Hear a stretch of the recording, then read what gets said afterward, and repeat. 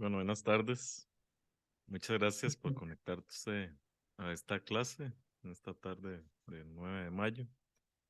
Esta tarde, noche, vamos a discutir con respecto a Centroamérica durante ese periodo complejo, problemático, que inicia con el golpe de Estado a Jacobo Arbenz en 1954.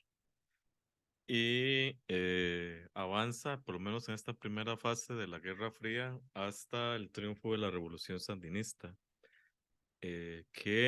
como se sabe, ese triunfo produjo una segunda etapa de la Guerra Fría en Centroamérica y además Centroamérica se va a convertir en lo que en su momento un investigador estadounidense denominó el último reducto donde se jugó la Guerra Fría. Eh, Entonces, hoy vamos a comenzar a discutir con respecto a este asunto y seguramente la otra semana discutiremos sobre los ochentas y avanzaremos hacia los noventas de forma que en la última clase podamos hablar con respecto a Centroamérica en el presente, los problemas asociados con el presente, no todos, pero por lo menos los principales en términos sociales, políticos, económicos y bueno, también culturales.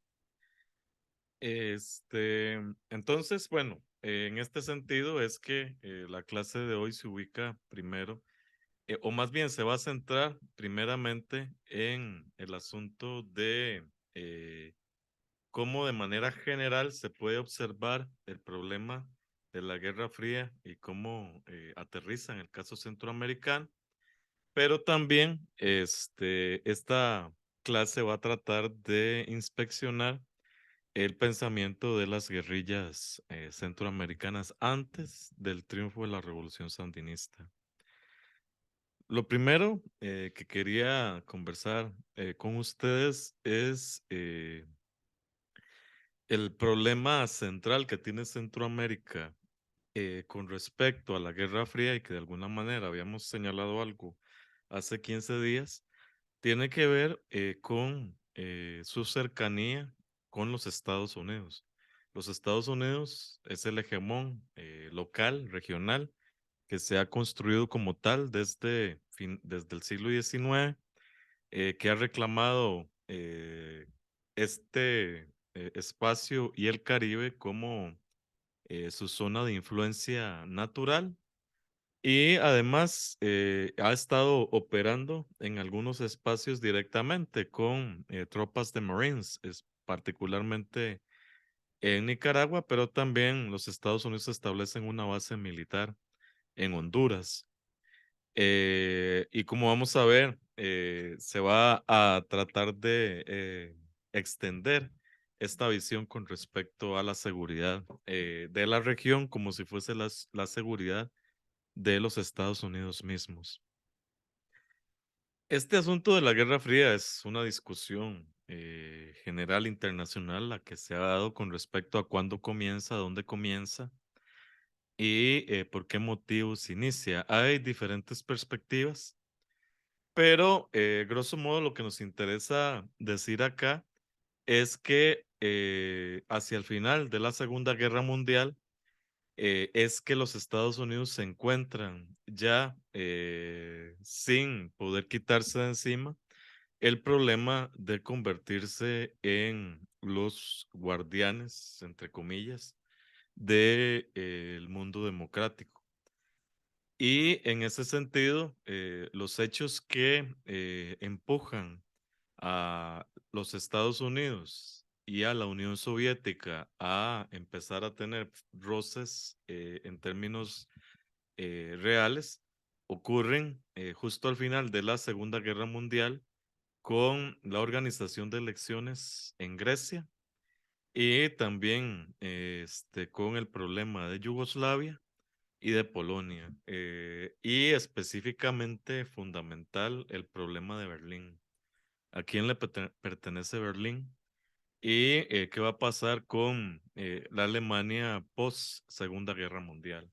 Estos elementos todos se juntan y ahí empiezan tensiones desde abril del 45 que van a ir creciendo y creciendo y creciendo hasta que los Estados Unidos y la Unión Soviética rompen relaciones y entran en una tensión que llevó a Winston Churchill a decir que se había establecido una cortina de hierro que iba desde Stettin en el Báltico a Trieste en el Adriático y que detrás de esa cortina de hierro existían un imperio eh, que no contemplaba la democracia liberal como parte de su estilo de vida. A partir de allí, eso Stalin lo señaló como una declaración de guerra y a partir de allí las tensiones se van a radicalizar y también van a empezar a circular nuevas teorías sobre el orden geopolítico internacional, particularmente la teoría del dominó planteada por el embajador de Estados Unidos en la Unión Soviética en ese momento que señalaba que un país que cayera en manos del comunismo hacía que contagiaba a los demás países a caer en el comunismo. El momento más representativo de esta idea es después del triunfo de la Revolución Sandinista y su radicalización. Eh, Eso lo veremos seguramente la otra semana, pero cuando Ronald Reagan está dando un discurso a la nación y detrás de sí un mapa de Centroamérica, México y Estados Unidos comienza a cubrirse de rojo desde Nicaragua hasta Washington, dando evidencia de que la revolución sandinista iba a contagiar todo el territorio hasta los Estados Unidos. Esa idea, que es una idea simple, que está basada básicamente en puras presunciones, fue una idea muy poderosa durante la Guerra Fría. En Estados Unidos, pues bueno, hay muchísimas anécdotas con respecto al uso de esta propaganda. Una de las más conocidas fue la utilizada por el senador McCarthy, quien en 1951 se levantó en una sesión del Congreso y dijo que en la bolsa de su camisa tenía una lista de todos los agentes soviéticos que estaban infiltrados en la política estadounidense. Eso despertó una cacería de comunistas por todas partes en los Estados Unidos. Luego se supo que era mentira lo de la lista. Bueno, se supo que era mentira todo lo que decía McCarthy, que en realidad luego fue identificado como un mitómano. Pero el tipo de comportamiento que McCarthy explotó, lo van a seguir explotando presidentes de Estados Unidos o jefes del Departamento de Estado, de la CIA o del FBI, tanto porque era un discurso funcional en términos político-electorales, como porque era un discurso que también servía para solicitar presupuesto extra al Congreso de los Estados Unidos. Bueno, hacia el final de la Segunda Guerra Mundial, además, los Estados Unidos tienen un ejército que se ha multiplicado durante 1941, 1945 y que alcanza a tener 12 millones de soldados.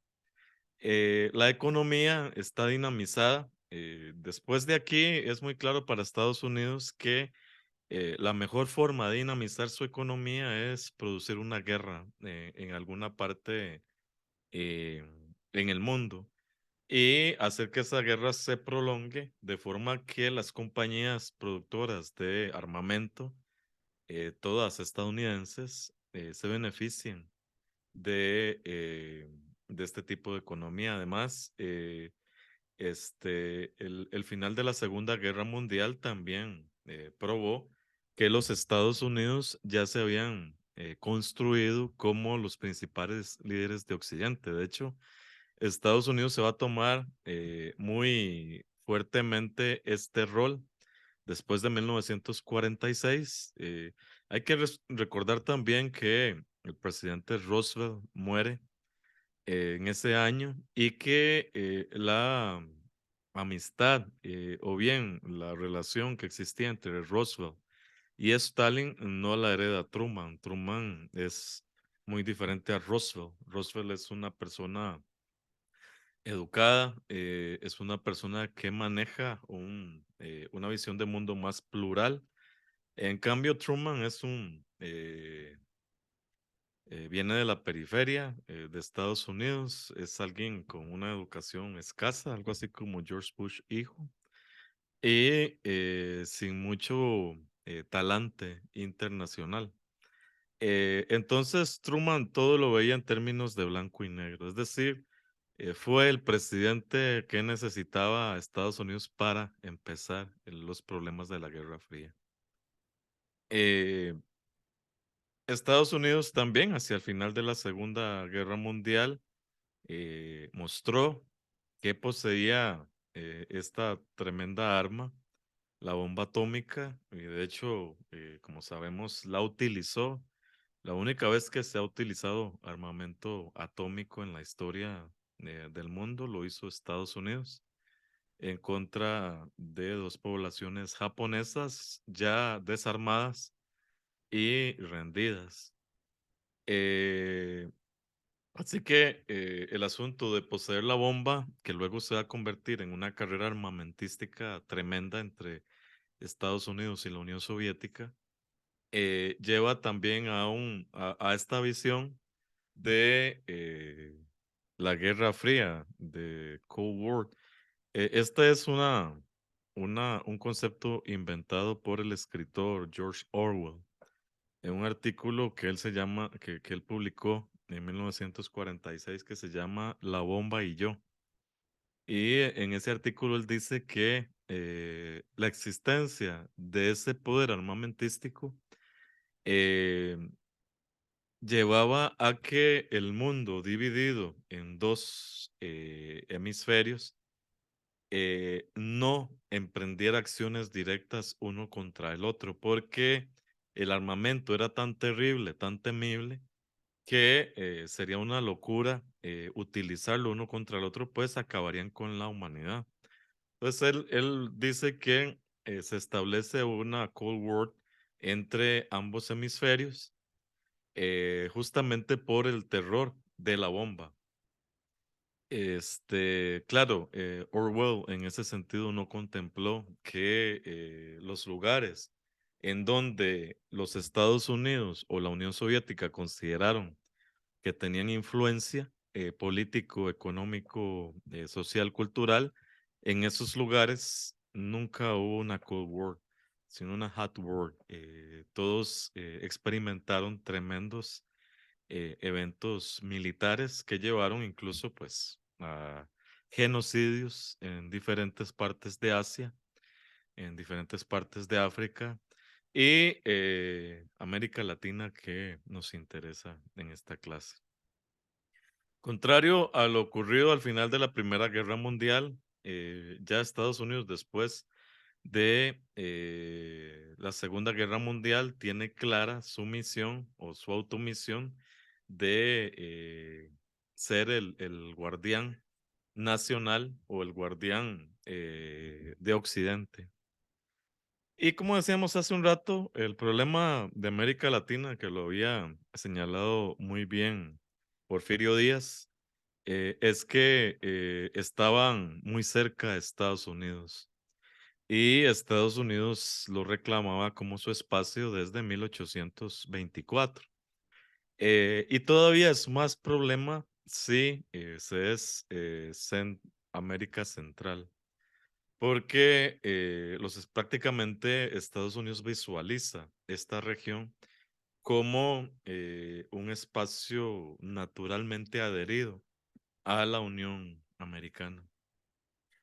La Guerra Fría, entonces, lleva adelante un proceso marcado de enfrentamiento contra cualquier tipo de discurso o proyecto político que fuese representado por la derecha o por los grupos conservadores como un proyecto socialista o comunista.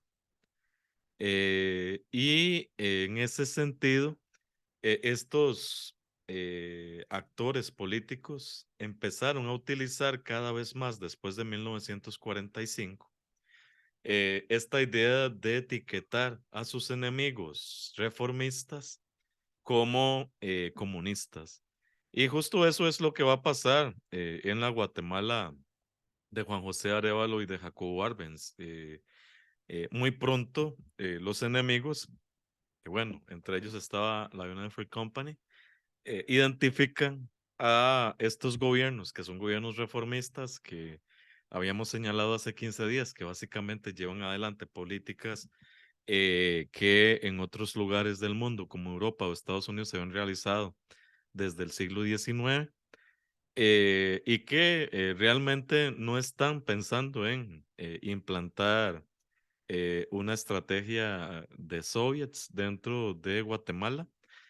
Aún así, es muy fácil para los grupos conservadores u opositores identificar a estos gobiernos como gobiernos comunistas y de identificar también actores procedentes de otros espacios y que podrían ser agentes de la Unión Soviética.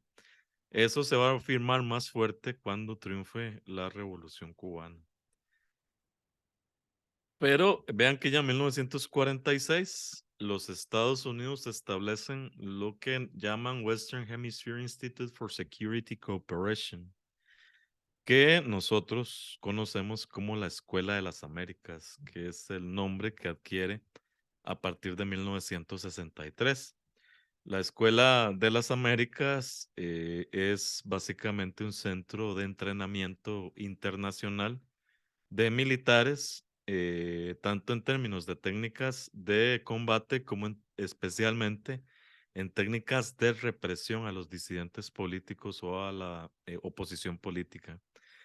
Y está ubicada en Panamá y allí son enviados militares, pero también policías de todo el continente americano, en donde son formados por 3, 4, 5, hasta 6 años dentro de esta visión de la seguridad nacional que se estaba imponiendo desde Washington. A partir de este contacto, que además sabemos, los militares que enseñaban en la Escuela de las Américas no solamente eran militares estadounidenses, allí enseñaron militares franceses y también militares españoles y militares italianos que luego las investigaciones han probado que muchos de ellos habían estado involucrados en las guerras de descolonización de África. Habían estado involucrados en esas guerras como agentes terroristas de los gobiernos europeos. Es decir, en esas guerras aprendieron métodos de tortura, de persecución, de represión, que luego se encargaron de utilizar para América Latina. Y gracias a la existencia de la Escuela de las Américas fue más fácil producir lo que se conoció como el Plan Cóndor a partir de 1973, que es el plan que llevó a unir a los gobiernos de Sudamérica, Brasil, Argentina, Uruguay, Chile, Paraguay, eh, asesorados por militares franceses, italianos, en un proyecto que llevaba a destruir a la oposición política o bien a las izquierdas. Además, después de la Segunda Guerra Mundial, Estados Unidos reprodujo el esquema que había practicado a principios del siglo XX en las Filipinas y en Nicaragua, es decir, formar guardias nacionales que se comportaran como el ejército personal de los dictadores que Estados Unidos apoyaba. En ese sentido, se crearon este tipo de guardias nacionales en Haití, en República Dominicana, en Panamá, en Guatemala, en Cuba y en El Salvador después de 1946.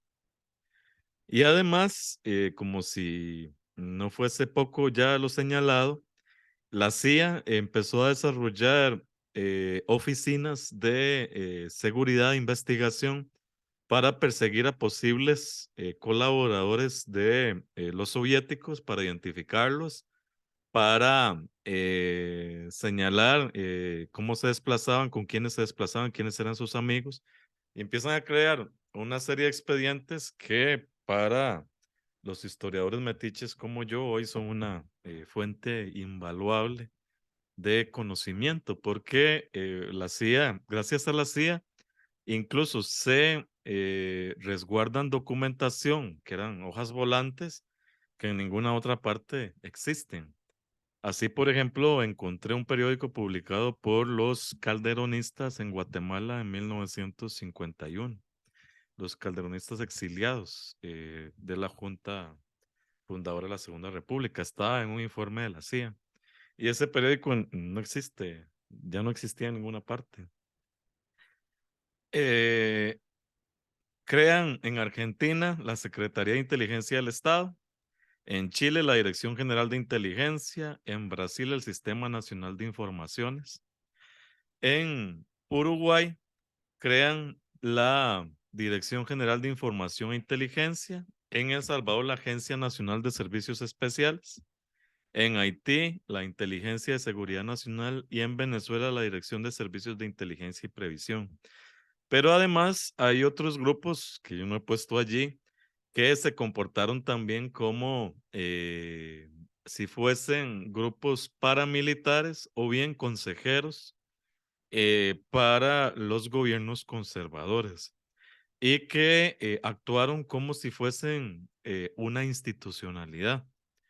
Esos grupos luego se van a convertir en grupos terroristas en la década de 1980 en El Salvador, en Guatemala, en Nicaragua y grupos como La Mano Blanca que se encargaban de la guerra más sucia que puede existir, de raptar a las personas en espacios públicos, saliendo del cine, raptaban a un dirigente o a una dirigente de izquierda, la llevaban a un lugar donde la torturaban, la violaban, y luego la destrozaban completamente y lanzaban sus restos en espacios donde pudiesen ser localizados muy fácilmente.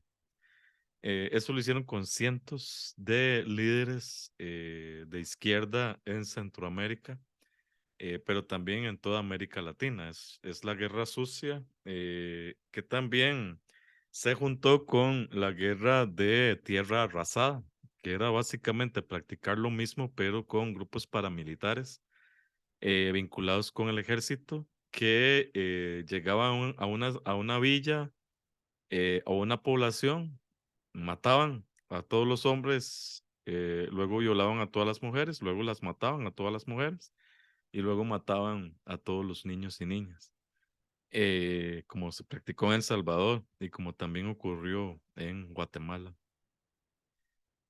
Entonces, este sistema que se inaugura en los finales de la década de 1940, en el contexto de inicio de esa Guerra Fría, es este sistema que eventualmente se va a transformar en un espacio de terror para los grupos que no coincidían con el pensamiento conservador o de derecha. Y a mediados de 1960 se creó el Sistema Militar Centroamericano de Comunicaciones, que eso básicamente luego se trató de convertir en un ejército centroamericano hacia finales de la década de 1970. En la década del 60 funciona como un acuerdo entre Somoza y Trujillo para sostener sus regímenes militares, informando sobre acciones de sus opositores e incluso asesinando a sus opositores en donde quiera que se encontraran. Eso es el aparato de inteligencia de producción de teorías del caos, de propaganda sobre o contra los grupos de izquierda o grupos progresistas o grupos de estudiantes. Ahora, en términos de la organización de las Fuerzas Armadas, no hay muchos datos que nos puedan ayudar con certeza a determinar cómo se habían desarrollado esos ejércitos durante todo el periodo, pero sí, en este sentido, los mismos, la misma información que produjeron cosas como la CIA o el FBI, y en este caso, el informe Kissinger para América Central, sí nos dan datos de cómo se encontraban esos ejércitos hacia finales de los 70, principios de los 80.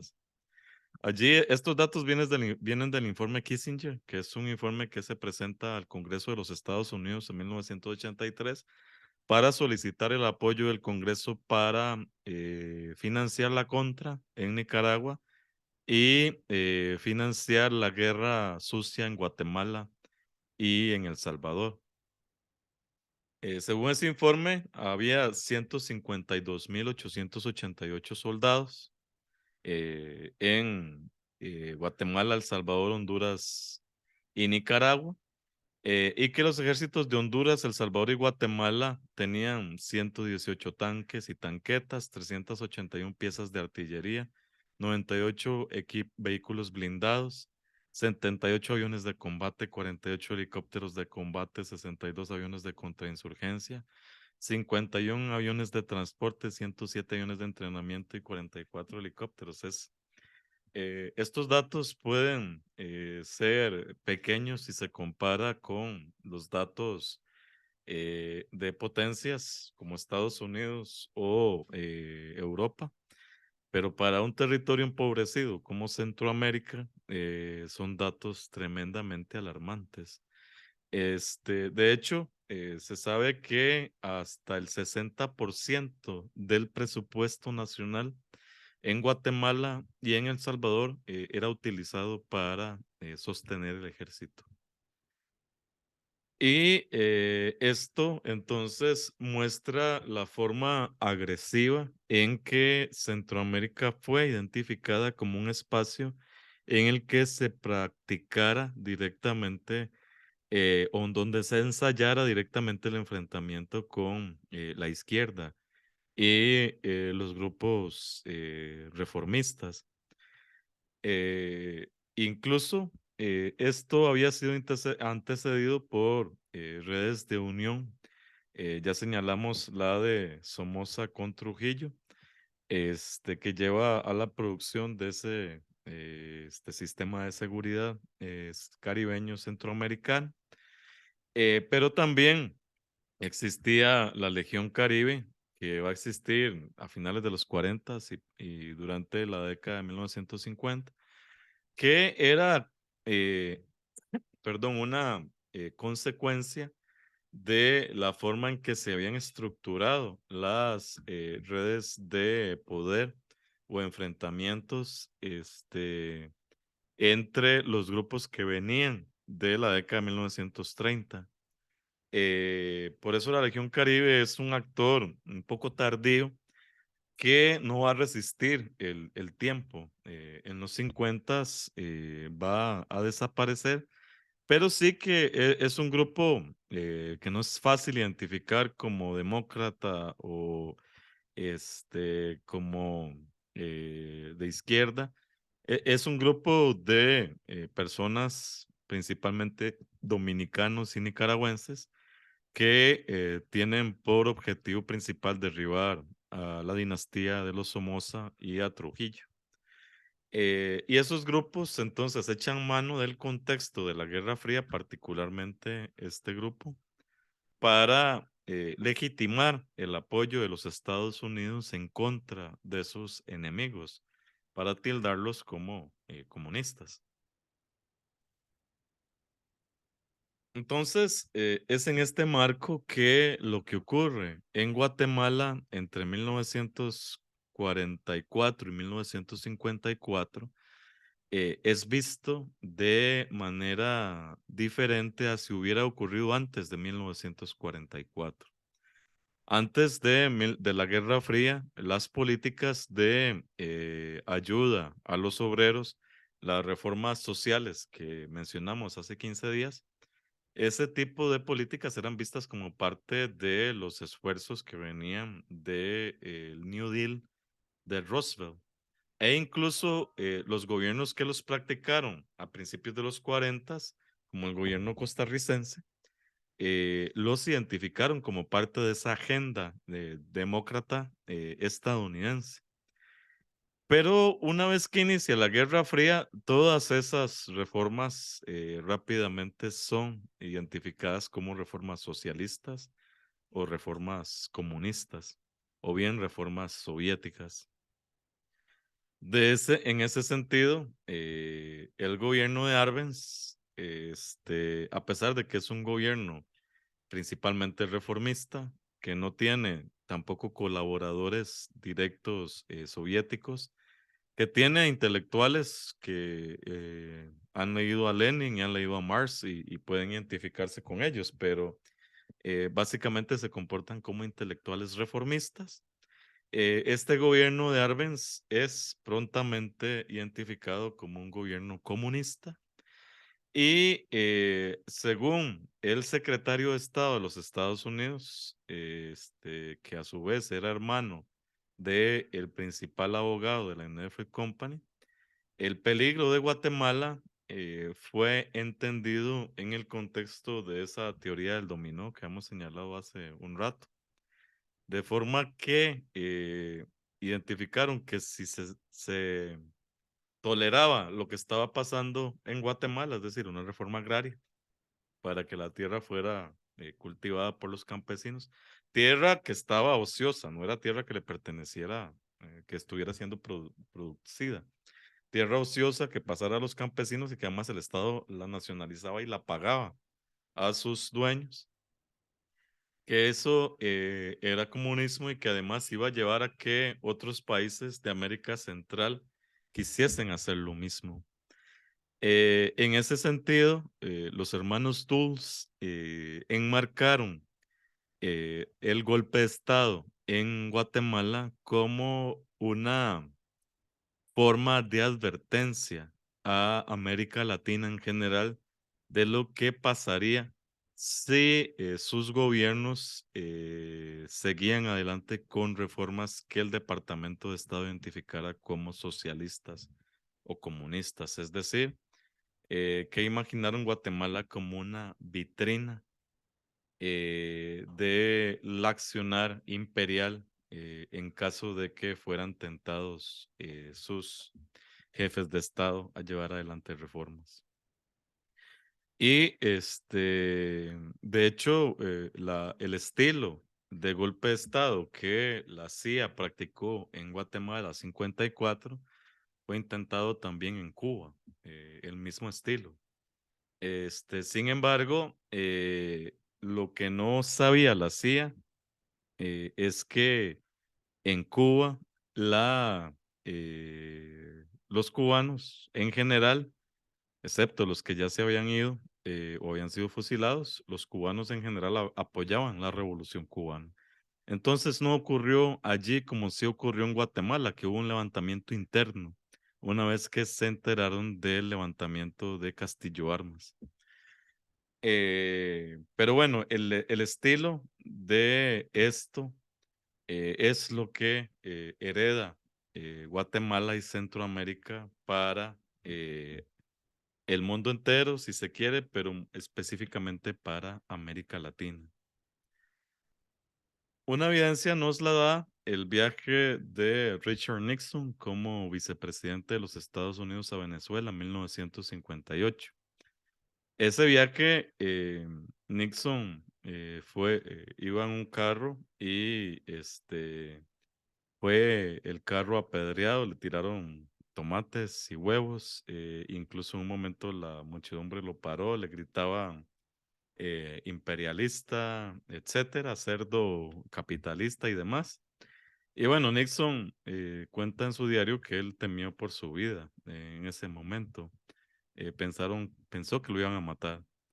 Rescatado por el ejército venezolano, Nixon manda un documento a Washington en donde señala que ahora más que nunca existe un sentimiento antiamericano en los países latinoamericanos, antiamericano, antiestadounidense, y que es más peligroso que nunca la extensión de las ideas soviéticas o el poder soviético dentro de estas naciones y que por tanto es necesario que para enfrentar esta amenaza comunista, los Estados Unidos lleven adelante acciones específicas en contra de los gobiernos o los líderes que puedan ser identificados como tales.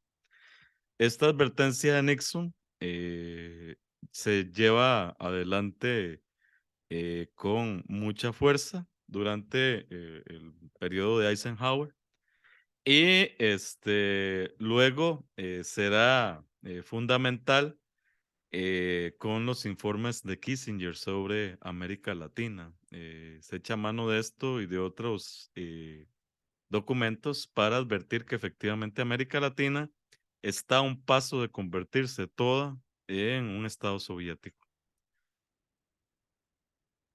Esto sirvió en ese contexto de los 50 para que muchos grupos que incluso podrían ser progresistas se fuesen hacia la derecha, temiendo ser identificados como parte de los grupos socialistas o comunistas, y que algunos gobiernos se convirtieran prontamente en gobiernos muy conservadores y que esos mismos gobiernos denunciaran que otros países latinoamericanos eran espacios de ebullición de las ideas comunistas. En ese sentido también, estos otros países de América Latina intentaron utilizar el contexto para solicitar préstamos a los Estados Unidos con la excusa de enfrentar a las tropas comunistas. De hecho, una vez que se inaugura la iniciativa para las Américas de la administración de John F. Kennedy, que básicamente lo que proponían los demócratas estadounidenses con esa iniciativa era practicar en América Latina lo que Estados Unidos había practicado, aunque en América Latina sería más reducido, lo que practicó Estados Unidos después de 1946 en Europa, es decir, reconstruir Europa para evitar que la Europa arrasada por la Segunda Guerra Mundial se volviera comunista. Ese es el sentido del Plan Marshall. JFK trata de hacer lo mismo para América Latina con un presupuesto más bajo y por eso algunos investigadores señalan esto como el Plan Marshall para Latinoamérica.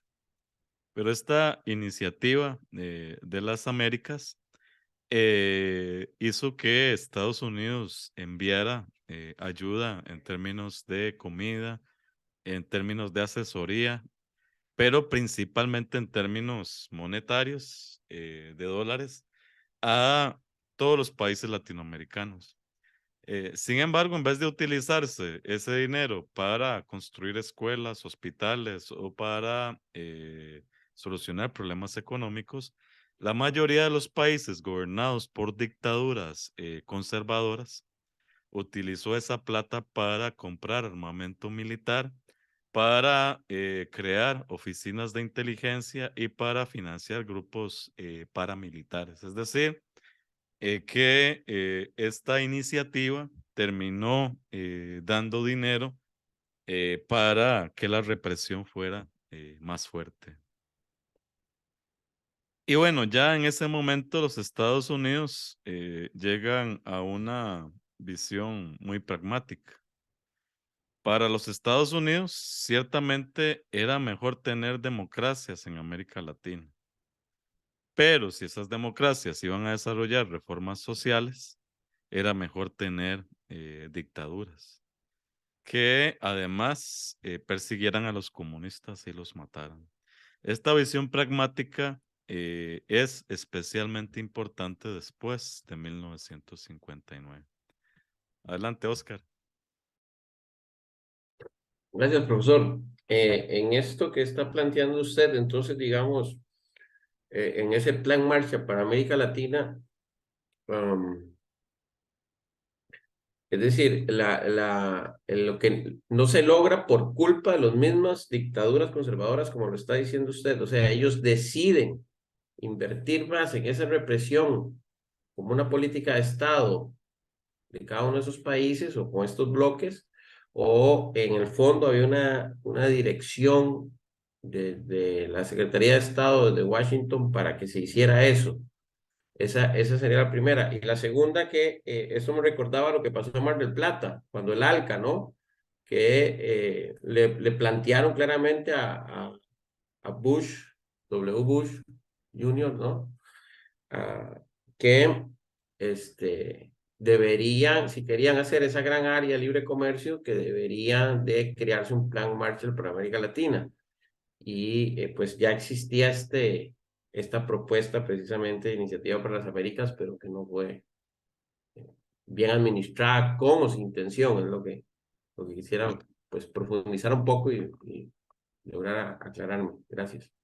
Sí, yo creo que el gobierno de Kennedy en ese sentido era muy, eh, o sea, tenía una perspectiva realmente utópica con respecto al efecto que iba a tener esta ayuda en América Latina. De hecho, el plan siempre se recuerda ese plan como ganarse los corazones y las mentes de los latinoamericanos, porque esa era la idea, es decir, evitar el contagio del comunismo a partir de una serie de reformas que llevaran a que los pobres no tuvieran que votar por los comunistas o no se sindicalizaran o no buscaran el apoyo de partidos comunistas, porque los estados estaban haciendo frente a la pobreza o a la diferenciación social, etcétera.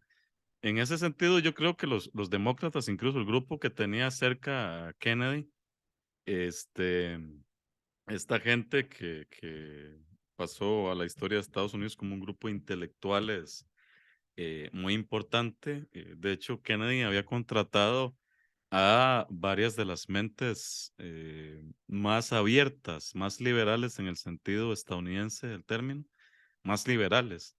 Gente que era estudiosa de la historia de América Latina, que conocía bien la desigualdad social en América Latina, que había rastreado, había publicado libros al respecto y que por tanto podían dar voz e ideas a la administración Kennedy. En la historia de Estados Unidos se le llama el grupo Camelot a este grupo. Y este grupo Camelot, yo creo que tenía buenas intenciones. Kennedy había estado en Berlín, había visto la fuerte diferenciación que construía el muro de Berlín. Y Kennedy también había tomado nota de que en el caso cubano era mejor llegar a un acuerdo específico que seguir alimentando los fantasmas que llevaban a la crisis de los misiles que experimentó esa misma administración en 1962. Por eso, eh, algunos investigadores plantean que el asesinato de Kennedy en 1963 es el resultado de los grupos conservadores de Washington asociados con grupos de empresarios y de sindicalistas blancos, especialmente del transporte, que querían evitar que los Estados Unidos bajaran la intensidad de la Guerra Fría. De hecho, hay un discurso de Kennedy en una entrevista que él tiene en la televisión estadounidense donde él se le sale. Le pregunta el entrevistador qué es lo que se va a hacer en el caso de Asia, del sur de Asia, específicamente Vietnam.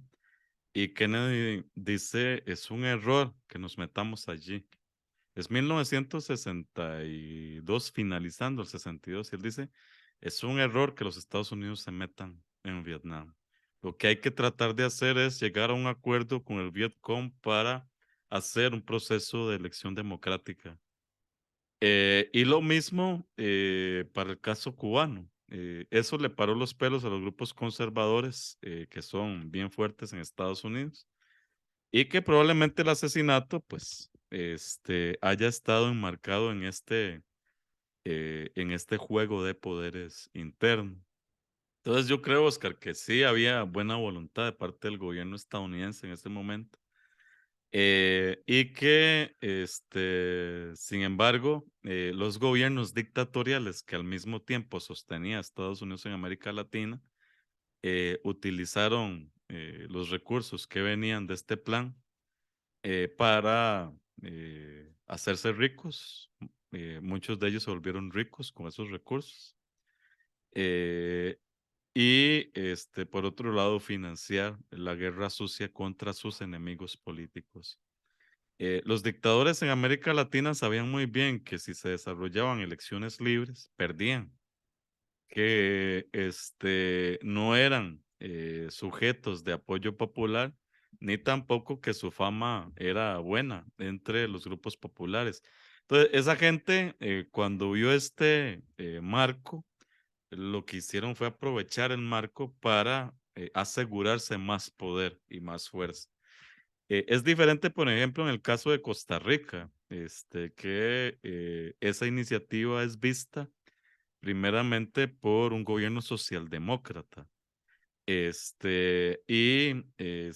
ese sentido, el gobierno liberacionista entre 1961 y 63 utilizó mucha de esa ayuda de este plan para desarrollar carreteras, autopistas y también para consolidar algunas instituciones de carácter social. Algunas de ellas van a nacer entre el 61 y el 64. eh, Gracias a esta iniciativa. Es decir, en espacios como Costa Rica, donde había un centro izquierda que estaba en el poder, esos recursos se podían utilizar en la vía en que habían sido imaginados en Washington. Pero en los demás países, eso lamentablemente no fue así.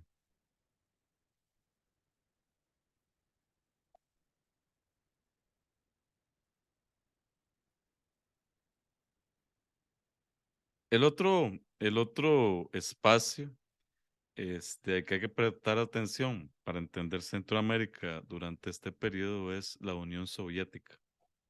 La Unión Soviética es cierto que era vista desde Washington como un imperio en desarrollo, pero la Unión Soviética realmente después de que cayó y varias investigadoras e investigadores han inspeccionado los archivos soviéticos, ha quedado muy claro que la Unión Soviética había renunciado a hacer la revolución social, esa con que se imaginó el mundo durante la República de Weimar, y que desde por lo menos 1950 la Unión Soviética no recomendaba el desarrollo de revoluciones en los países del tercer mundo.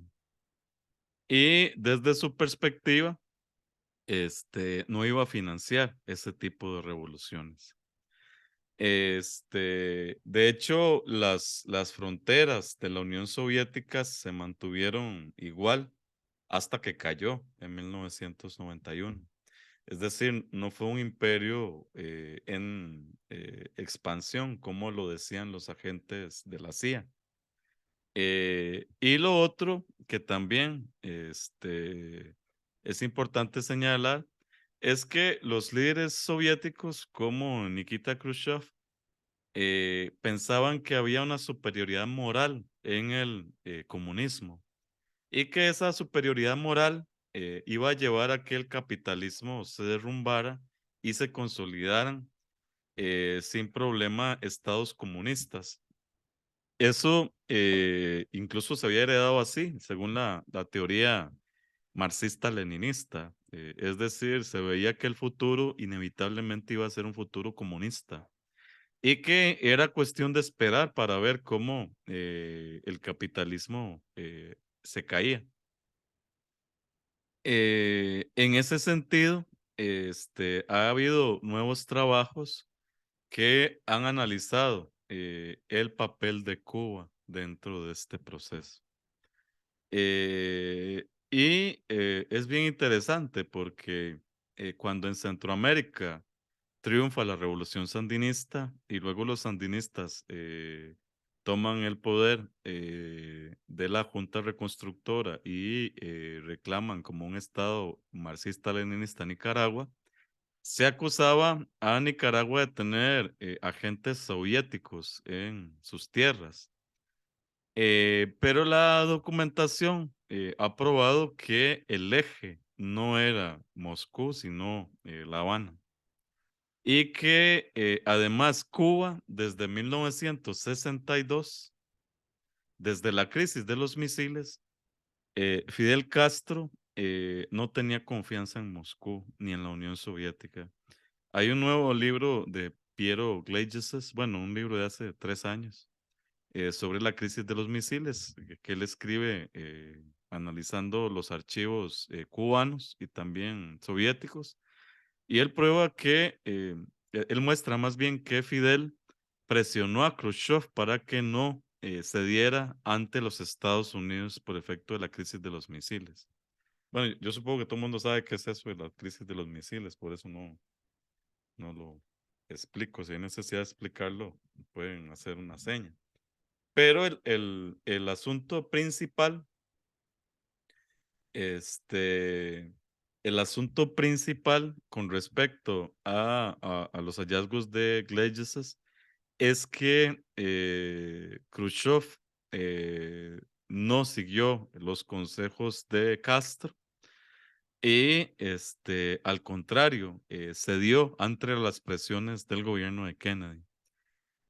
Ahí hay una nota de Castro diciendo que los soviéticos habían probado no tener cojones para liderar la revolución mundial y que por tanto eso le iba a tocar a los revolucionarios latinoamericanos liderados por Cuba.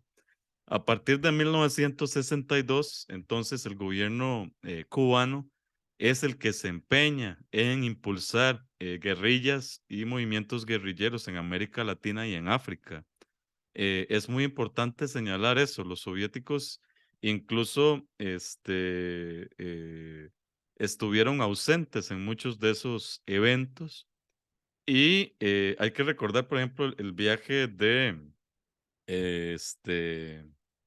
el viaje de, ya se me fue el nombre de estar diciendo tantas cosas, del presidente chileno, Salvador Allende, a la Unión Soviética. Allende va a la Unión Soviética convencido por Fidel de que hay que ir a negociar con los rusos apoyo para su revolución democrática interna. Y Allende se decepciona completamente de la Unión Soviética porque no lo apoya. Y Fidel Castro es cuando Fidel se desplaza hacia eh, hacia eh, Santiago y es cuando es públicamente desfila con Allende y demás. Y la CIA empieza a decir que el gobierno de Allende está tomado por el gobierno cubano. Bueno, allí ahorita les paso el dato del libro, pero dice Abner que en La Habana hubo manifestaciones que decía, ni quita, mariquita, lo que se da no se quita. Muchas gracias, Abner. Realmente los cubanos estaban molestos con lo que había pasado en este enfrentamiento general de la crisis de los misiles. Y es interesante cómo a partir de allí se replantean la idea de que el asunto de la revolución social a la que había renunciado Stalin desde 1941 era un asunto que tenían que retomar ellos mismos. El otro movimiento que explota después de la Segunda Guerra Mundial, es un movimiento social muy fuerte, que va a triunfar hacia finales de los 40 y que va a establecer un rumbo específico de comunismo, es la Revolución China. Y la Revolución China, en gran medida, replantea también la idea de que Moscú está equivocado en la vía de liberación de los pueblos.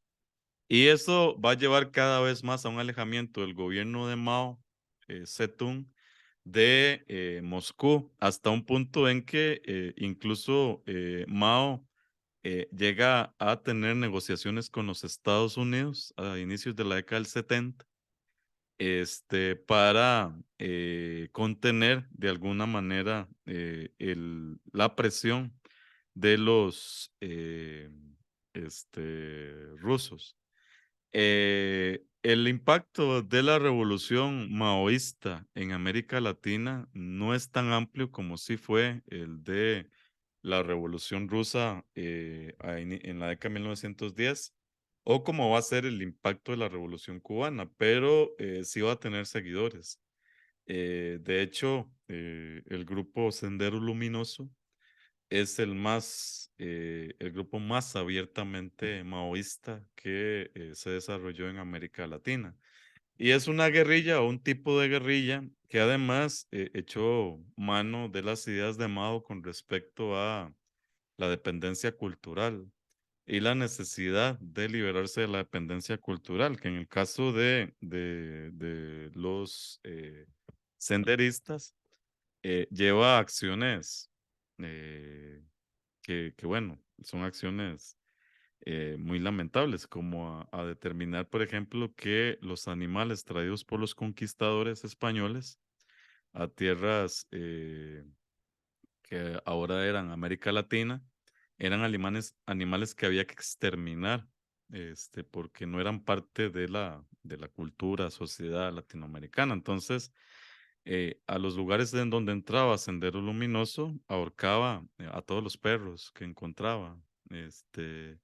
Y también, pues, es conocido el ensañamiento que tenía con el ganado. Mataban el ganado, no hacían nada con la carne, solo asesinaban el ganado. Y de hecho, cuando hay muchos de estas cosas que ustedes pueden ver en YouTube, ahora YouTube es una videoteca impresionante de reportajes sobre cuando los periodistas entraban a lugares donde había estado Sendero Luminoso y encuentran las vacas allí todas muertas y con moscas y demás. Y los campesinos diciendo, pero ¿por qué matan las vacas si las vacas son inocentes, etcétera? Pero eso respondía a la idea de la revolución cultural maoísta, tal y como Mao lo había pensado, en los 60 y a principios de los 70. Bueno, lo que sí es cierto es que la Revolución Cubana se convirtió en el referente inmediato de los grupos que querían hacer la revolución en América Latina. Es en ese sentido una revolución que lo tenía todo, como dice Eric Hobsbawm. Era una revolución que tenía jóvenes. El más viejo era Fidel Castro, que cuando triunfa la revolución tiene 31 años. Era una revolución que tenía pensadores, una revolución que además tenía música y una revolución que no tenía miedo de ser televisada y vista desde diferentes partes del mundo. Inmediatamente estos barbudos, como se les empieza a conocer, se convierten en un referente de lo que es ser revolucionario en América Latina. Y de hecho, en América Latina, pero también fuera de América Latina, el aspecto de jóvenes como Castro o Guevara va a ser reproducido por los jóvenes, especialmente de clase media, jóvenes que asistían a la universidad, y que se van a radicalizar justamente por influencia de de la Revolución Cubana. Jóvenes, estoy pensando en Argentina, jóvenes en Uruguay, jóvenes en Brasil, pero también en América Central, en México, muy rápido copian el aspecto de los barbudos. Cada quien quería ser el Fidel Castro de su país o el Che Guevara de su país, dar la vida para liberar la patria del dominio imperial y del capitalismo. Y eso además se alimentaba por la capacidad de oratoria que tenían personas como Guevara, pero especialmente Fidel Castro, que podía ponerse frente a un micrófono y hablar 5 o 10 horas, dando cátedra de múltiples temáticas. Estos jóvenes cubanos inspiraron entonces la revolución y la guerrilla en toda América Latina y transformaron también el sentido de lucha de su lucha al convertir, asociar una idea que no está en el marxismo-leninismo, este, que es la relación entre el amor a la patria y la transformación social. Este lema de patria o muerte es un lema que resume esta idea de que la revolución social tiene un carácter nacional, nacionalista, que está arraigado a pensadores, literatos, etcétera, nacionales. Y que, por tanto, es como una exposición de los valores dentro de cada país latinoamericano. La revolución es vista como algo que viene de dentro, no que viene de fuera. La revolución social no la ven como una imposición soviética o como algo que viene del marxismo europeo, sino que la alimentan más bien de discursos de políticos del siglo XIX como Simón Bolívar, como José Martí, como el mismo Sandino. La alimentan de ese tipo de discursos, tratan de convertir a esos antecedentes en revolucionarios también, como hizo Ernesto Cardenal con Juan Santamaría en 1981, al decir que Juan Santamaría había sido el primer internacionalista centroamericano, porque dio su vida en Nicaragua, luchando contra el imperialismo estadounidense, etcétera. Es decir, estos jóvenes reconstruyen la idea de la revolución social desde el pensamiento latinoamericano y van a influenciar en todas partes. De hecho, muchas veces se expone esta visión de que el Mayo 68 francés fue el que impactó a la juventud latinoamericana, pero más bien fue al revés. Los jóvenes franceses levantaban la imagen del Che o de Fidel Castro y utilizaban pancartas donde los reconocían a ellos. Es decir, la Revolución Cubana y en general los grupos guerrilleros en América Latina van a tener más bien un impacto directo entre esos jóvenes en Europa y en los Estados Unidos. Abner. Profesor, no, mejor siga y después intervengo porque es continuidad. Bueno, entonces, estos intentos de organizar guerrillas después de 1959 van a tratar de copiar las técnicas, el lenguaje y el aspecto de los revolucionarios cubanos. Y van a construir discursos que beben de las rebeliones indígenas coloniales, de los quilombos de esclavos, de estos pensadores o bien jefes políticos o bien militares que no eran comunistas, pero ellos convierten parte de la causa socialista y también del antiimperialismo. Van a ser tremendamente antiimperialistas estos grupos de jóvenes guerrilleros. Y el tipo de visión que tienen de cómo organizar una guerrilla está basada en la experiencia nuevamente cubana, que ese filósofo francés, Regis Debray, convirtió en un pequeño libro que se llama Revolución en la Revolución. Y la idea principal de ese pequeño libro es que en América Latina se puede hacer revoluciones en cualquier parte. Lo único que uno necesita son armas y organizar un grupo campesino en una montaña para llevar adelante una guerrilla. Y en vista de que los gobiernos que imperan son gobiernos dictatoriales que no tienen apoyo popular, lo posible es que esa guerrilla pronto reciba el apoyo de multitudes, tanto campesinas como urbanas, hasta que los dictadores con tanta presión tengan que huir, como hizo Fulgencio Batista. Es decir, básicamente la experiencia cubana es la que utiliza Regis Debray como visión de lo que puede ocurrir en toda América Latina. De hecho, la Revolución Cubana tiene un impacto directo en grupos guerrilleros. Ahí les copié unos que son inmediatos al triunfo cubano. Vean, en marzo de 1959, un grupo de panameños comenzaron un intento de guerrilla, pero fueron exterminados por el ejército panameño. Junio de 1959, un grupo de nicaragüenses que intentan dar un golpe de Estado a Somoza, a los Somoza, pero también son asesinados.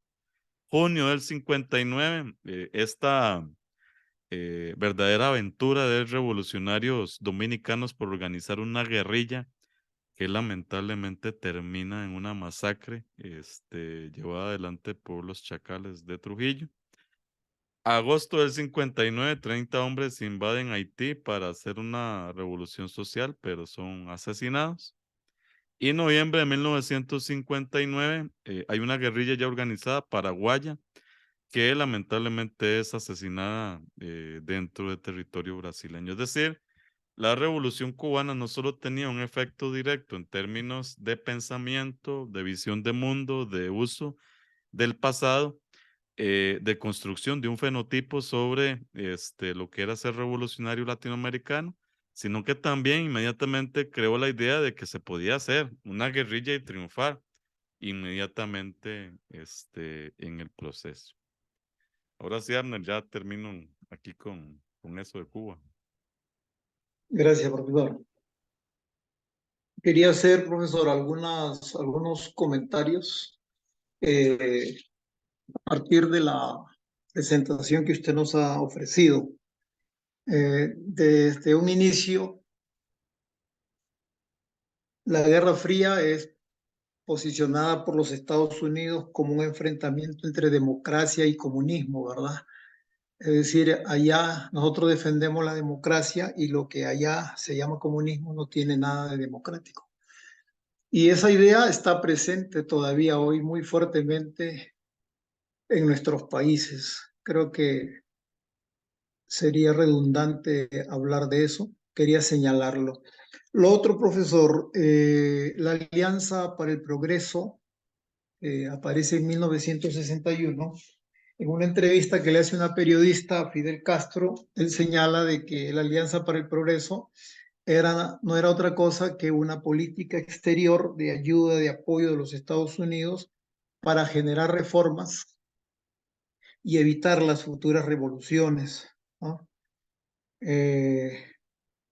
Sin embargo, como usted bien lo acaba de indicar, pues se veía a Kennedy como muy blandengue frente a, en este caso, ya la revolución cubana presente, una revolución en el continente.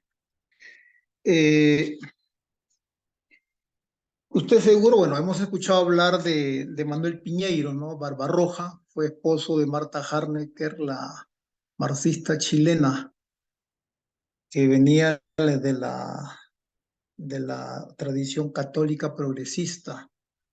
Manuel Piñeiro dirigía el Departamento América, donde Cuba formaba, preparaba política y militarmente a los que luchaban en diferentes países.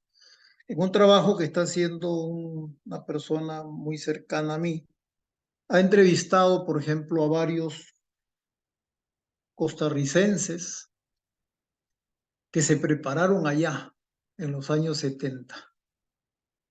Contrario a ese discurso de que en Costa Rica la gente era indiferente, todo aquí pasaba por... Las convulsiones se daban en todo lado, pero en Costa Rica no había conflicto y la gente no le interesaba lo que pasaba en otro lado. No es cierto, ¿no? Aquí hubo gente que participó, se formó, se preparó y se fueron y algunos dieron su vida, ¿verdad? En Nicaragua, en El Salvador, en Guatemala. Y gente que se preparó y Cuba nunca ocultó de que en efecto los preparaban. Y hay gente todavía que da testimonio de eso aquí en Costa Rica. Muy interesante, me parece recuperar esa parte de la historia. Creo, profesor, que en cada embajada estadounidense el embajador es un agente de la CIA, ¿verdad? Lo mismo podemos decir de Cuba, que en cada embajada, cada embajador es un representante de la seguridad de la Revolución Cubana, ¿no? En eso ellos tienen un cuidado milimétrico. Para terminar y referirme a lo de Fidel y el Che Guevara, con las menciones que usted ha hecho, eh, hay también algunos trabajos que indican que cuando ellos estuvieron en la URSS, contrario a cómo se presenta también la historia desde la izquierda, como que si en la URSS había lumbreras y los de aquí iban a aprender de ellos, cuando uno escucha o lee lo que escribía, decía Nikita Khrushchev, por ejemplo, no es por menospreciar que él venía de un sector campesino, pero no eran personas con gran ilustración o formación o educación. Ellos se quedaban más bien pasmados al escuchar a figuras descollantes como Guevara y Fidel, ¿verdad? Y cuando el Che está allá, inclusive hace fuertes críticas a la URSS porque estaban esperando, bebiendo vodka y sentados en el sofá a que el comunismo llegara en algún momento. Y aquí el Che estaba diciendo, buscando el hombre nuevo, ¿verdad? Era otra. No había ninguna dependencia, como bien usted lo ha indicado, en el plano político, teórico. Militar sí, porque había que defenderse. Y lo que me llama, bueno, no sé si usted ha escuchado hablar de un historiador y sociólogo peruano, Héctor Béjar, está vivo todavía. He tenido la suerte de conocerlo y conversar con él. Él fue un guerrillero que se preparó también allá en Nicaragua, perdón, en Cuba. Cuenta cuando los formó, ¿no? Piñeiro, las conversaciones que tuvo con Guevara en 1961 y Guevara les dice, ¿no? ¿Cuál es el proyecto que tienen para el Perú? Y cuando Héctor le cuenta, Héctor Béjar, ya Ernesto le dice, Guevara le dice, pues ya ustedes están en la mira de la CIA. La CIA sabe por dónde van a ir ustedes. Él se queda sorprendido. En efecto, la guerrilla fracasa, ¿no? Lo que quería terminar diciendo, profesor, es que una señora como Rita Segato, a propósito del tema de la decolonialidad, se dejó decir en una entrevista de que la revolución cubana ha sido un fracaso, cosa que no hemos valorado aquí, eso no es parte del curso, solamente estamos hablando de otras cosas, pero porque ha sido dirigido por patriarcas, dicen, ¿no?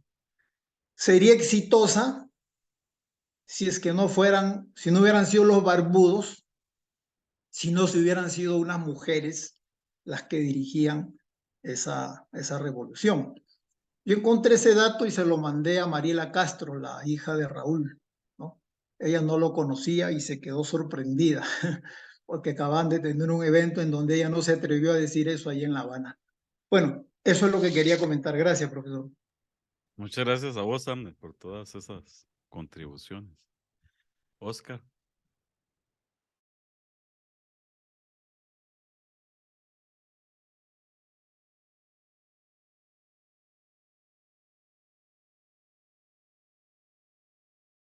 Oscar, no te oímos. Bueno, yo no te oigo. No, gracias, Abner, por las contribuciones también, sí. Muy buenos los apuntes. Y profesor, como veo que ya nos pasamos hacia 1980, vamos hacia 1980, yo quisiera tal vez si pueda abordar un poco sobre precisamente lo que usted ha venido desarrollando y esa decepción con la URSS que tiene Fidel. Y más bien, me parece a mí que es muy interesante cómo se une a Tito, ¿no? Y a Yugoslavia y al proyecto del socialismo yugoslavo, que no se mencionó, digamos, acá. Y todo el proyecto de los no alineados que se funda en 1961, precisamente, ¿no? Y bueno, cómo ese proyecto eh, dirigido desde, no sé, pues, de este grupo, ¿no? Porque también participan africanos, está Selassie y otros, ¿no? Eh, También hay una propuesta alterna, ¿no? Me parece a mí, a lo que los soviéticos podrían haber desarrollado, o lo que se desarrollaban desde las potencias occidentales, ¿no? Entonces, no sé si puede, yo sé que ya vamos hacia 1980, pero si puede ahondar un poquito allí en eso para que nos quede más claro ese momento de quiebre, si tiene que ver con realmente ese nuevo grupo que aparece y que buscan esa revolución social, ¿no? No, todavía no vamos a entrar al 80. Este es un cuadro, pero para otra cosa.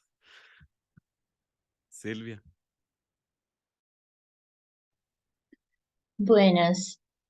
Profesor, yo tenía una inquietud en relación con cómo se entrecruza esta cuestión de tachar a la gente comunista y perseguirla con la cuestión étnico-racial.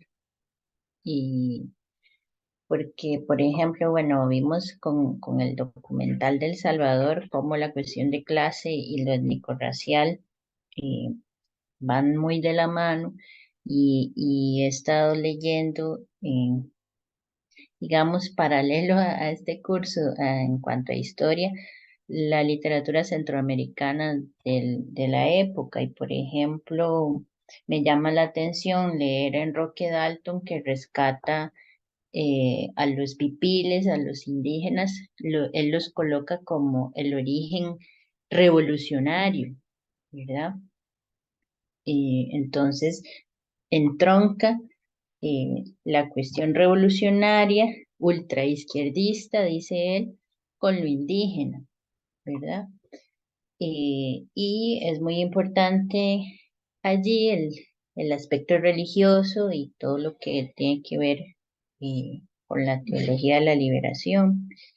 Y, por ejemplo, en otros textos, en una novela hondureña de José Luis Oviedo, he encontrado más bien todo lo contrario, que se separan categóricamente lo comunista y lo indígena, y al punto tal que se dice en la novela que matar comunistas está muy bien, que eso le va a deparar una gran gloria al general, que se refiere a,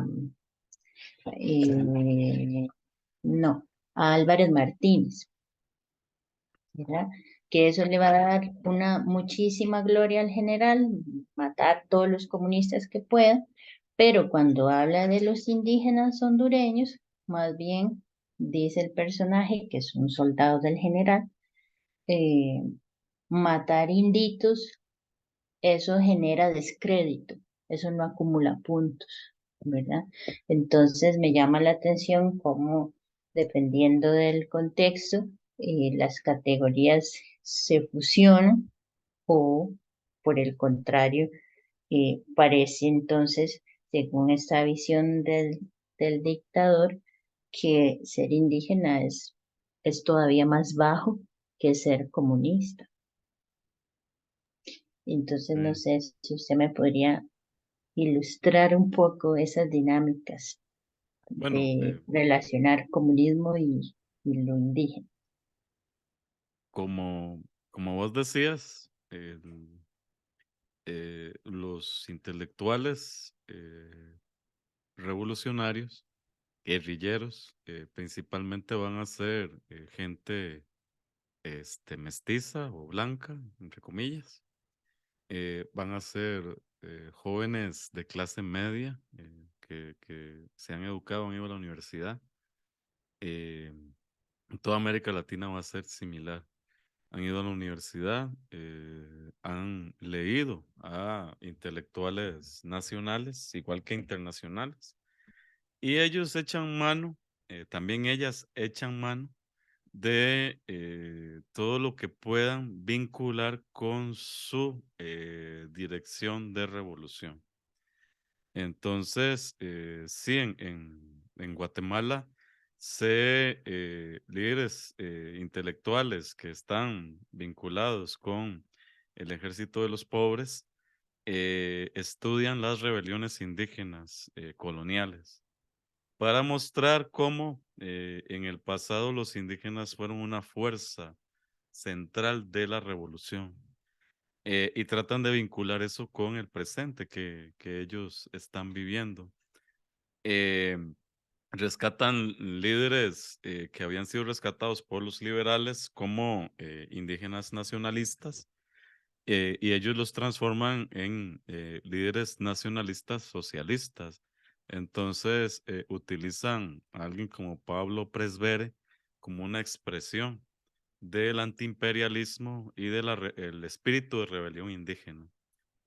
Hay un enaltecimiento, es cierto, de la condición étnica como una condición que da en gran medida legitimidad a la rebelión, porque en América Latina un gran porcentaje de la población es indígena.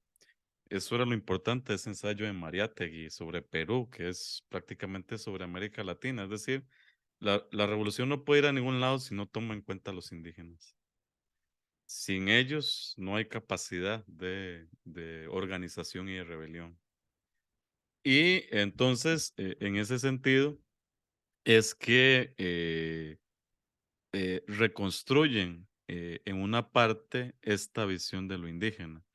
Ahora, es también muy importante señalar que una vez que la revolución triunfa, que solo hay dos casos, el caso cubano y el caso nicaragüense, la condición de etnia no es integrada en el proceso de transformación porque se cree que las diferenciaciones han sido anuladas por la revolución. Entonces, un ejemplo literario es Nicolás Guillén. Nicolás Guillén es un poeta negrista en las primeras décadas del siglo XX, en donde reclama la voz, digamos, afrodescendiente, mete una poesía que lleva candombe y está construida siguiendo el lenguaje popular. Pero después de la Revolución Cubana, Nicolás Guillén deja de escribir así y adopta otra forma de escribir, y él mismo dice que ya no era necesario rescatar esas voces populares porque la Revolución Cubana misma las había integrado dentro de la cuestión oficial. Entonces, es un problema, además, para muchos de esos intelectuales, poder realmente tener vínculos con indígenas. Los podían romantizar, los podían elevar a una categoría tal, pero en la vida real compartían muy poco con ellos. No sabían sus lenguajes, su cultura. También podían cometer graves errores, como en el caso de la Revolución Sandinista, con respecto a esas comunidades indígenas en términos de visualización de su papel o de su visión de la tierra, etcétera. Y es una contradicción real, es una contradicción real. Hay una romantización por un lado, un rescate de lo étnico, y por otro lado, una total ignorancia con respecto a esas comunidades. Jorge. Muchas gracias. Yo también voy a poner algunas ideas sobre esta relación o vínculo que tiene las revoluciones, los revolucionarios, los intelectuales comprometidos y, bueno, particularmente esos tres elementos y lo que, digamos, se ha dado por llamar o podemos considerar que es como que se suben en un discurso, supongamos, de vanguardia, pero que en el fondo lo que hay es una continuidad o reproducción de discursos viejos. Digamos, para otro curso tuve o leí un texto de Carlos Moore, lo leí en portugués, se llama El marxismo y la cuestión racial, Karl Marx y Engels frente al racismo y la esclavitud. Moore plantea o señala que, digamos, la revolución cubana sigue siendo posrevolucionariamente una revolución totalmente eurocéntrica, racista, sexista y, digamos, ampara su discurso, esa tesis, señalando que los pilares sobre los cuales se levanta la revolución cubana son Marx y Engels, que también son racistas, sexistas, imperialistas y colonialistas, ¿verdad? Entonces, Moore le achaca a los líderes del marxismo o creadores del manifiesto comunista el ser procolonialistas y proimperialistas ante el tercer mundo. Digamos, en general, la crítica que hace Murs a la posrevolución cubana es no haberse quitado, digamos, esa visión o percepción que se tiene eh, eh, eurocéntrica frente a los grupos étnicos raciales otros en Cuba, ¿verdad? Y digamos, otro elemento que me llama la atención de lo que dice Moore es que las revoluciones, digamos, las actitudes que tomaron los líderes del Partido Comunista Europeo frente a las revoluciones latinoamericanas, particularmente la haitiana, que fue, digamos, según él, un ejemplo revolucionario que él dice que los campeones de la solidaridad internacional decidieron ignorar por completo, ¿verdad? Es la misma tónica que se ha hecho en gran parte de los discursos latinoamericanos, de las élites políticas e ideológicas latinoamericanas, de ignorar a Haití como el primer país latinoamericano o caribeño que se ha liberado frente a los imperios europeos. Eso por un lado. Y digamos, hay una serie de textos literarios en nuestro continente, en nuestro contexto, en donde se visualiza al intelectual, al poeta, al artista comprometido como, digamos, el abanderado de la luz, de saber qué hacer frente a la problemática social, política y económica que sufre los latinoamericanos y digamos, se autoconcibe como superior a la masa. Estoy pensando en varios textos. Por ejemplo, hay un texto nicaragüense sobre la revolución sandinista de Omar Cabeza, se llama la montaña es algo más que una inmensa estepa verde, un texto de 1982 premiado por Casa de las Américas. Allí, digamos, se plantea la idea, bueno, de ir formando grupos en los diferentes barrios oscuros de Nicaragua, encendiendo fogatas que atrae a la gente y, digamos, hay algunas partes en las que los guerrilleros comienzan a subir la montaña como un gran proceso para superar todos los obstáculos e irse reconociendo o reencontrando con el hombre nuevo del que hablaba el Che Guevara.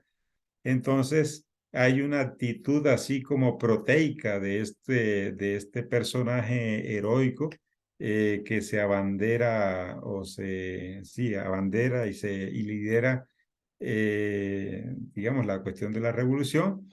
Y dice en alguna parte del texto, yo había puesto mi pequeña chispa, es decir, así en ese sentido proteico, pero él sube a la montaña, padece todo lo que tiene que padecer, sufre, se apodera de la valentía, del arrojo, de la conciencia social, y una vez que ha subido ya se ha convertido, se ha desgarrado o despojado del hombre viejo y apropiado del hombre nuevo, baja a hacer la revolución, a liberar a la masa que no sabe, digamos, el camino a tomar, y él asume la posición de guía.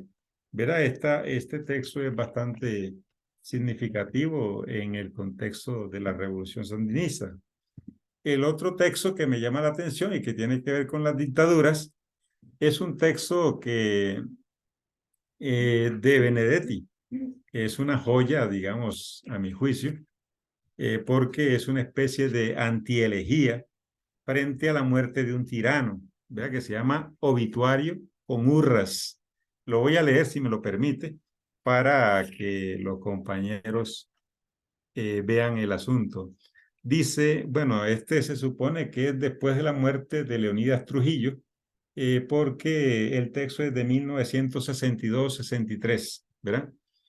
Dice, vamos a festejarlo, vengan todos los inocentes, los damnificados, los que gritan de noche, los que sueñan de día, los que sufren el cuerpo, los que alojan fantasmas, los que pisan descalzo, los que blasfeman y arden, los pobres congelados, los que quieren a alguien, los que nunca se olvidan. Vamos a festejarlo, vengan todos, el crápula se ha muerto, se acabó el alma negra, el ladrón, el cochino, se acabó para siempre, hurra, que vengan todos, vamos a festejarlo, a no decir la muerte siempre borra todo, todo lo purifica, cualquier día, la muerte no borra nada, quedan siempre las cicatrices, hurra, murió el cretino, vamos a festejarlo, a no llorar de vicio, que lloren sus iguales y se traguen sus lágrimas. Se acabó el monstruo prócer, se acabó para siempre. Vamos a festejarlo, a no ponernos tibios, a no creer que este es un muerto cualquiera. Vamos a festejarlo, a no volvernos flojos, a no olvidar que este es un muerto de mierda. Es un texto bastante, es una antielegía, ¿verdad? En lugar de llorar, en lugar de pedir el luto y lamentarse y hacer tantos días de duelo por la... No es un panegírico, ¿verdad? Como el texto que escribe la mano derecha de Trujillo, cuando muere este señor que lo exalta como el gran salvador del país, etcétera. Pero esta es la versión que hace Benedetti en 1962.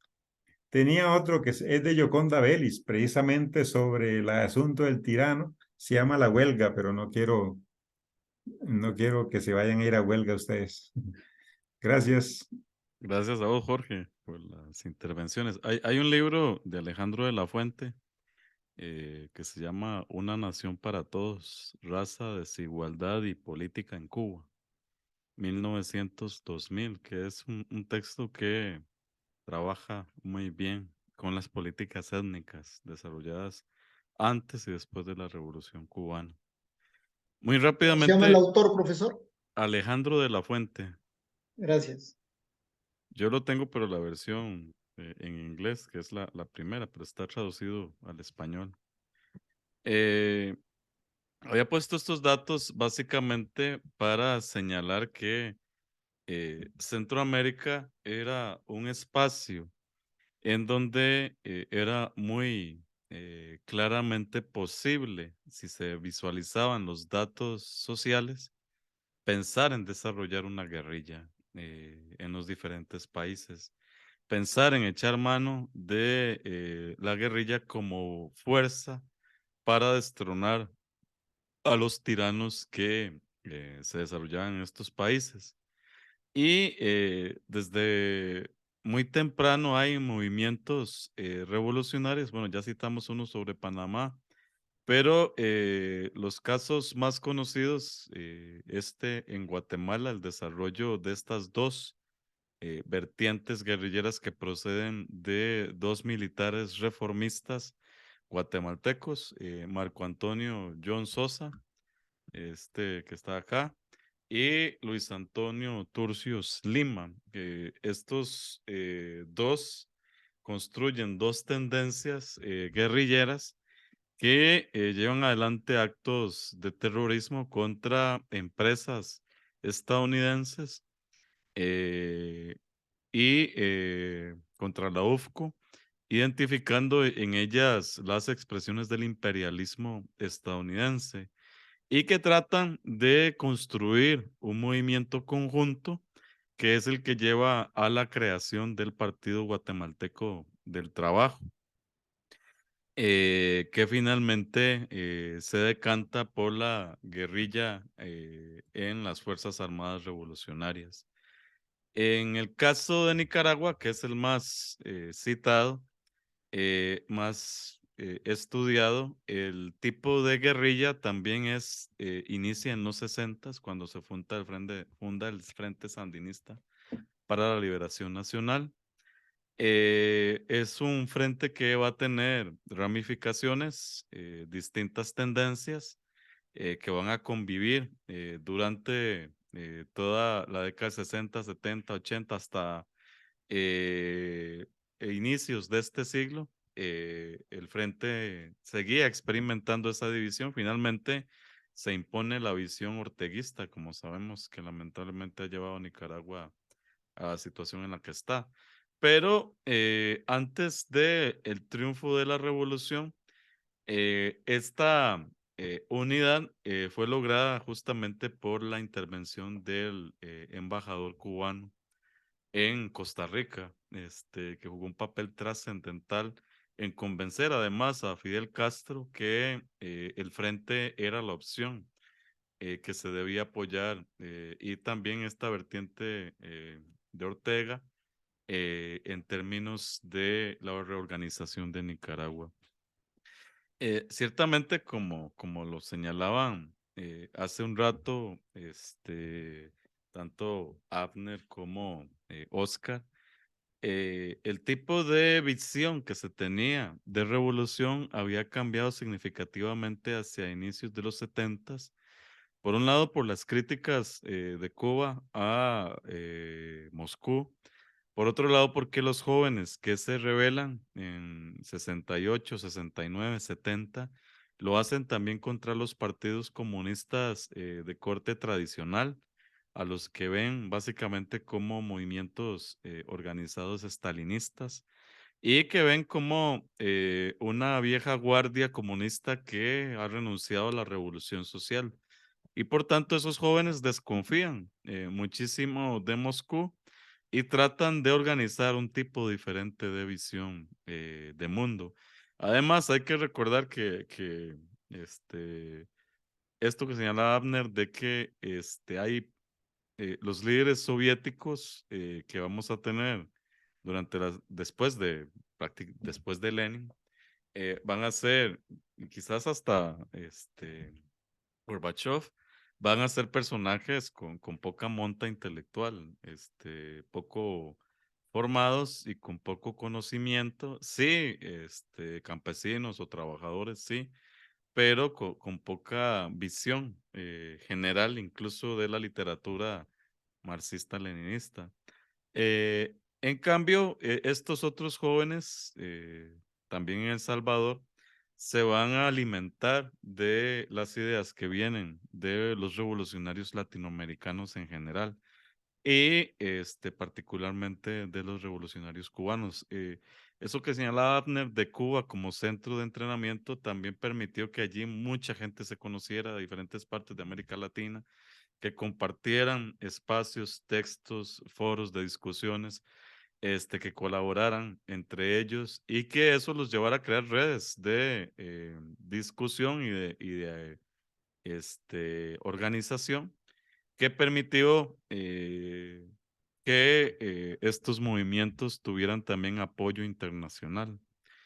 En El Salvador, vamos a ver en un momento un documental referido a otra visión también de lo que era la reestructuración del movimiento revolucionario después de 1969, particularmente a partir de la inserción, de la aparición de este nuevo actor en la revolución latinoamericana.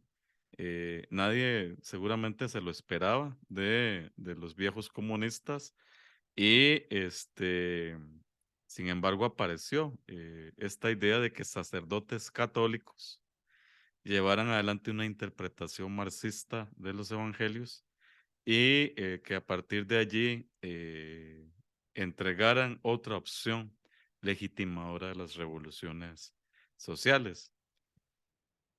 Como ya me cansé, vamos a dar un espacio de descanso de 15 minutos y nos vemos a las 7 de la noche nuevamente para continuar con este documental que dura como 50 minutos, si están de Está acuerdo. bien. Muchas gracias.